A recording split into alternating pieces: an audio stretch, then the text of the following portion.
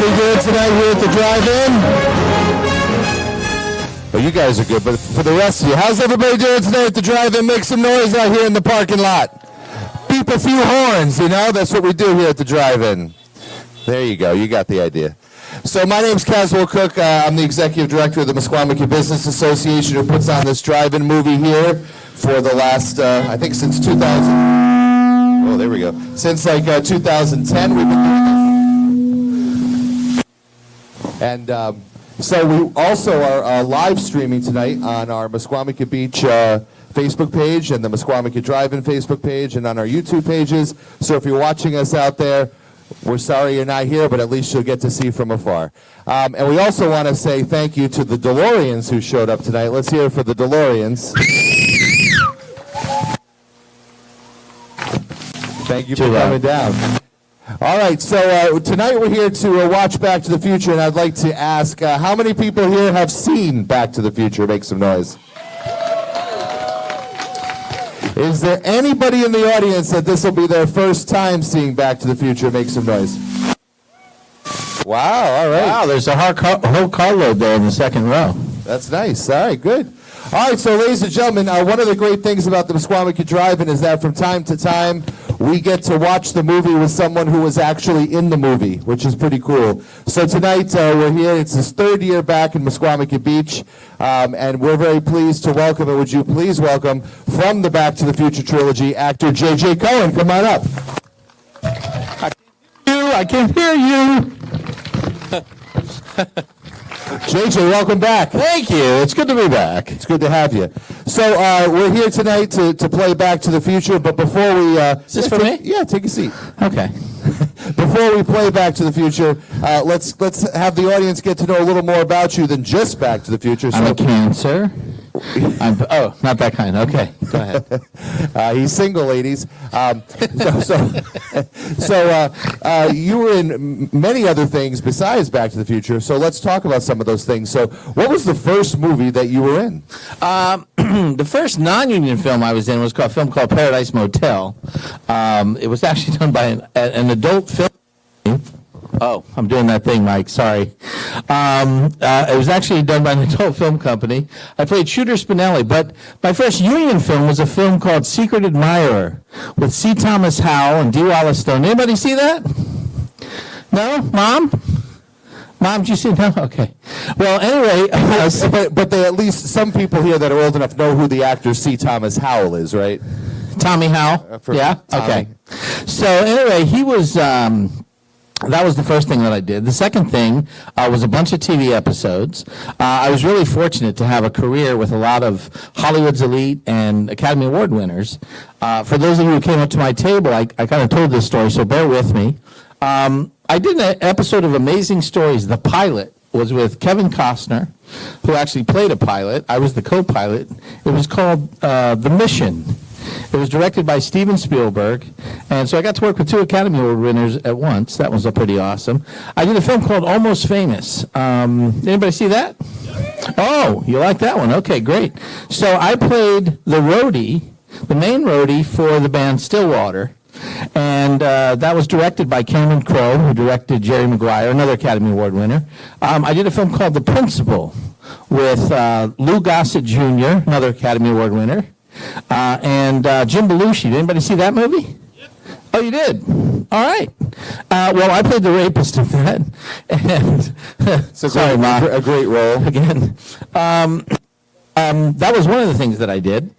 And then I sung lullabies. No, I didn't. So let's go back to this rapist thing. I know that's, it's probably a hard role to play. It's probably a kind of a terrible role to play, but you have a story about when you... Tell us your story. Oh, okay. So I have some Jim Belushi stories, but those don't end well. And I don't want any more people here to not like me, so I'm going to go with the good story, the feel-good story. So the feel-good story is I was actually dating this girl, and we were engaged. And thank you. We got some applause for Thank you for marriage. Is that you, Gwen? Okay, it's over, honey. I'm just letting you know it's done. But we were at dinner, and I'm from Maryland.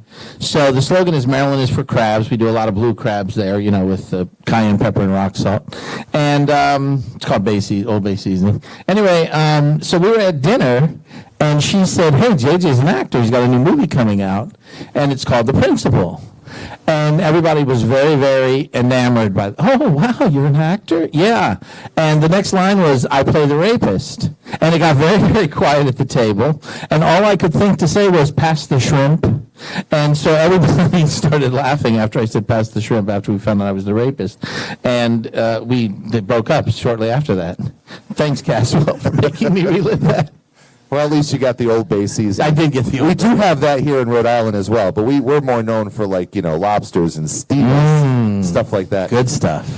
So now, where were you when you sort of found out about this script called Back to the Future, and how did you come to audition for it? Well, I was actually on the set of Secret Admirer. I'm going to do the live. We're going to hold it. Yeah, there we go. I was actually on the set of Secret Admirer, and Tommy Howell was up for the role of Marty McFly, for those that don't know. And he came on and he was like, "Oh man, I just read this script. It's the best script I've ever read." And little did I know, 3 weeks later, I would actually be the first choice for Biff for about 6 weeks before they changed and went in a different direction. And that's your cue to give me the lead in for that. I'm going to tell that story. So yeah, so you were the first. You were the first choice for Biff, and I understand that because of things like your height and different things that happened with the different actors that were chosen to play Marty. Yes. You ended up getting bumped off of that and became Skinhead. That's right. So I was the first choice for Biff for about 5 weeks. I went back like 5 times to audition for this part. And Chris, do we have Crispin Glover fans here? Anyone? Yeah. So I'm going to tell you my personal experience with Crispin. It was a fantastic one. He gets a bum rap for all the gossip and stuff. Gossip can be deadly in any form, but certainly in the entertainment industry, it becomes public, and that's never good. But he was nothing but a very, very giving person to me, and so I'm going to go to bat for him right now. One of the things he did, it's very, very competitive in Hollywood, especially when you're young, and when you're auditioning, it's unheard of to do what he did, which is he came up to me. I was getting ready. I was looking over the scene, and he said, "Hey, do you want to go over the sides, before we go in there?"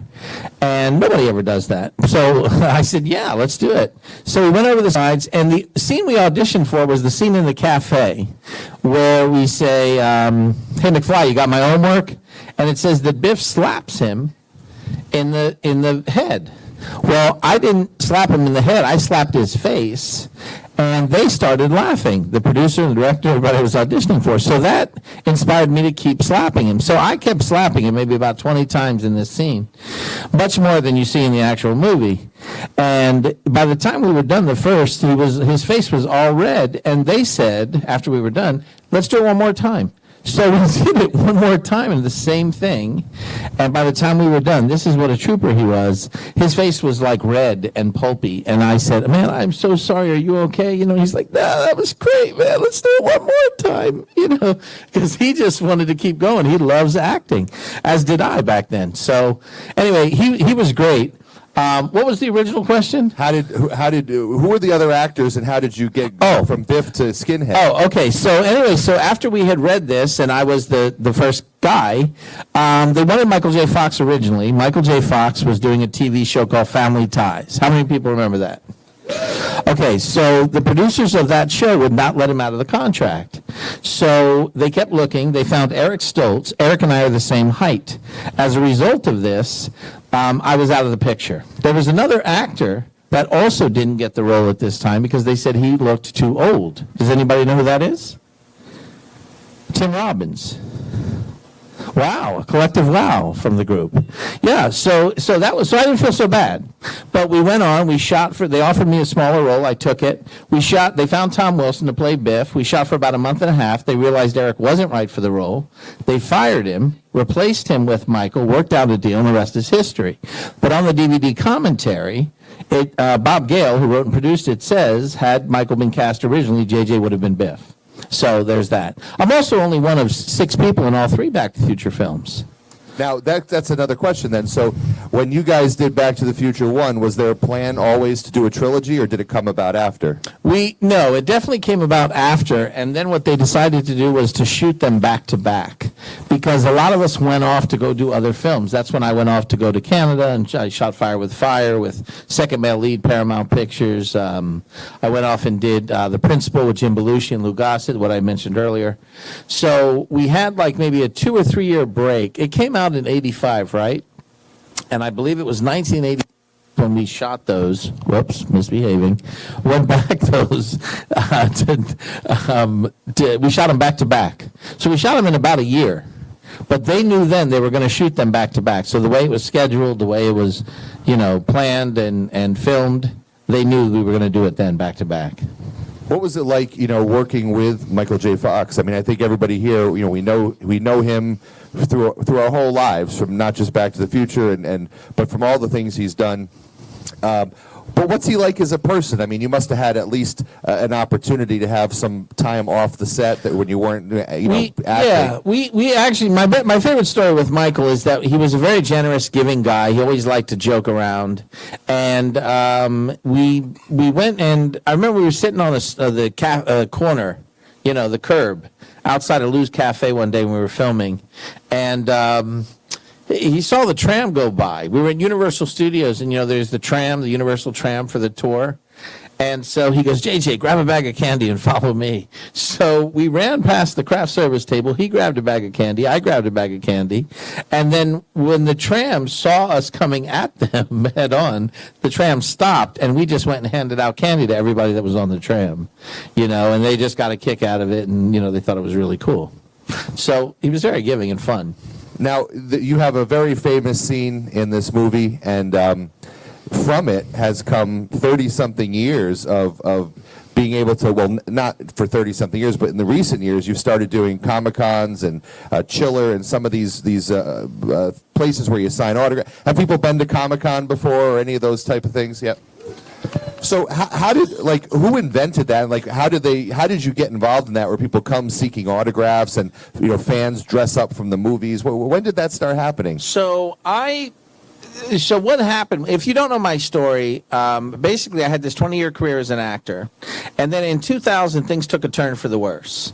I worked with all these, Oscar winners and Hollywood's elite. And then in 2000, the stock market crash totally wrecked me. I was bankrupt, homeless, foreclosure, but got down about as far as you could go. And then, and I like to say, don't start crying. If you start crying, I'll start crying. It'll be a mess. But 2 years later, it's a happy ending. Don't worry. 2 years later, I licked my wounds. I got back on my feet. I borrowed $30,000, and I turned it into $600,000 in 3 years in real estate investment. And I retired at 42. I'm now 57. When I was doing that, thank you for the applause there, appreciate it. When I was in the middle of doing that in 2005, so I ran my firm from 2002 to 2007, and when I was doing that, do you want to sit? No. Okay. When I was doing that, they asked me to do these cons, and my attitude was kind of cavalier at first, because I thought, well, that was 20 years ago. I don't need to do any of that, Plus, I was now doing my own thing and doing really well in real estate. So my mom got sick in 2008. And so I had 4 sisters, none of them were stepping up. And so I decided the doctors were giving her 1 to 2 years to live. So I thought, well, I'll do this, it's a couple of years. I had the time, I had the money. I had just gone through a divorce. So again, I had even more time and even more money. And in 2010, I did my first con. And it was a celebrity poker tournament. I did maybe 2 or 3 events. I did Collector Mania, and that was it. Because my mom got really sick, and so I couldn't do cons or any appearances for about 8, 9 years. She passed in 2016. In 2019, I was approached again and said, hey, do you want to go, do these cons? And I said, man, I don't really think anybody cares. And what happened was, the guy said, well, I beg to differ. Things have changed since you were doing cons, years ago. So I said, okay, let's see what we can do. So I went to the first con, and the first con that I went to, it was June 2019. Cobra Kai was the fascination, but it was just starting. Billy Billy's, it's okay. It's okay, Mike. Ralph Macchio is here next week. Billy Zabka and Martin Cove from Cobra Kai were at the table behind me, and no one was there. They were all in my line. And I was blown away. I mean, I was like, nobody's going to come. And then when I saw this, so I was thrilled, to say the least, and completely humbled. And so in 2019, I did 3 cons. In 2020, I actually had 21 cons booked. And if you don't know, it's pretty impressive. The main headliners only do like 6 to 12, maybe 15 cons a year. So the fact that I had 21, that I was in this kind of demand, was really cool. You know, it was cool and humbling and exciting. Of course, they all got canceled because of COVID. And then in 2020, actually, I think is when we met. That's when I was brought in here, and we got the idea to do smaller venues. So we started doing this dork tour last year. I went to 19 comic book and toy stores in 25 days. I was totally wiped out. I don't know what made me think I could do this, but this year, I said, let's do 75.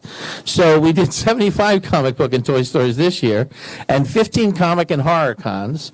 And so the cons are back. So that's great. So next year should be nice and full. Now we want to just do a little something. I need a volunteer from the audience who wants to play Marty McFly. Anybody? Yeah, come on. Yay, Ashlyn! Come on up. Come on up. Give her a nice round of applause. She's our Marty McFly tonight. All right, JJ, we're gonna give her the chair. Oh, okay. Yeah, you know where I'm going with this. I know where you're going. So you're sitting at the bar and you say, "Can I have a tab?" And he says, "You can't have a tab unless you order something." You know, all that. And then in comes Biff and the gang. Can I be Biff? Sure. And he says, like, "What are you looking at, butthead?" Right? Now, what does Biff say before your line? Anyone? It's been a long time. Anybody remember what happened? No. Well, anyway. Okay. And then he's got the thing that looks like a life preserver, and then you say, Hey, Biff, get a load of this guy's life preserver. Dork thinks he's going to drown. there it is, ladies and gentlemen. Come on, give him a nice round of applause. 20 years of acting school. Thank you very much. Thank you very much, Marty. Marty, Ashlyn, that's the lovely Ashlyn. This is the daughter, by the way, of one of the DeLorean owners, Mike. Great Mike. He runs the DeLorean Motor Club. That's true. Now, before we show the movie, because it is time to show the movie, I wanted to ask Did your arm you. show you that? What's that? Did your arm tell you it was time? Well, you know, it's like Chevy Chase. He doesn't actually have a watch, but he says, "I got to go. I got a thing." You got that. Caddyshack. Any Caddyshack fans here, by the way? That'll be showing next week, guys. Where were you 2 weeks ago when we showed the movie? So one of the things is that's got to be pretty strange or interesting, or you said the word humbling. I mean, this movie was from 1985. There's got to be no way in 1985 that you would think in the year 2022 people would still be coming to see this on the big screen. Unless you had a time machine. Unless you had a time machine. Well, but we're actually past the years that they came to the future. That's true. But how does it make you feel that this movie, and you had a part in this, that has lived on, and there's people that are here that were not even alive when this movie was made? Well, I mean, I think you said it, you're repeating what I said. You know, I'm not only incredibly grateful for it, but I'm tremendously humbled by it. You know, a lot of people, I see wide range of ages here. So people my age, right, told their kids, and older, told their kids about it. They told their kids about it. And so a whole new generation is hip to it. So it's hip to be square. That's another Huey Lewis thing, right? But this is what makes this movie special, because it is timeless. And as long as you guys keep telling people about it and your kids, then it'll remain timeless. It's a great movie with great morals and great ideas. So it's really about love, if you think about it. Before I have you introduce this movie, has there ever been a discussion about a reboot of this movie, or No. Never? Is it just leave it alone? Never a real one. No. I mean, there's rumors on the internet all the time, but there will be no fourth. There you go. How can you with Michael, you know? Yeah. What? So we're going to watch this movie now on the big screen. Will you do us the favor? Yeah, there you are on the big screen. I finally made it back. Will you do us a favor, please, at this time, and introduce Back to the Future to this audience? So this movie changed my life in many, many ways, and here we are 37 years later, still celebrating it. It's still affecting my life. I'm really proud to be a part of this film, and I'm glad it's affecting your lives as well. Ladies and gentlemen, Back to the Future. Ladies and gentlemen, give it up for JJ Cohen. And enjoy the movie. We're going to turn off the lights. Give us a second and we'll play the movie. Hey everybody, it's Avery Movie with some do's and don'ts when you come visit the Misquamicut Drive-In Movie Theater. Do buy your tickets online. Don't bring cash. Do pull up to the stop sign for assistance. Don't park yourself. Do throw your trash in the waste receptacles. Don't be a litter bug. Do turn your lights off. Don't be inconsiderate. Do talk quietly during the movie. Don't yell! Do come to our concession stand to get some delicious goodies. Don't order delivery. Do buy our sick merch so you can look just like me. Don't commit identity theft. It's a serious crime. And remember, do have fun when you come to visit the Misquamicut Drive-In Movie Theater.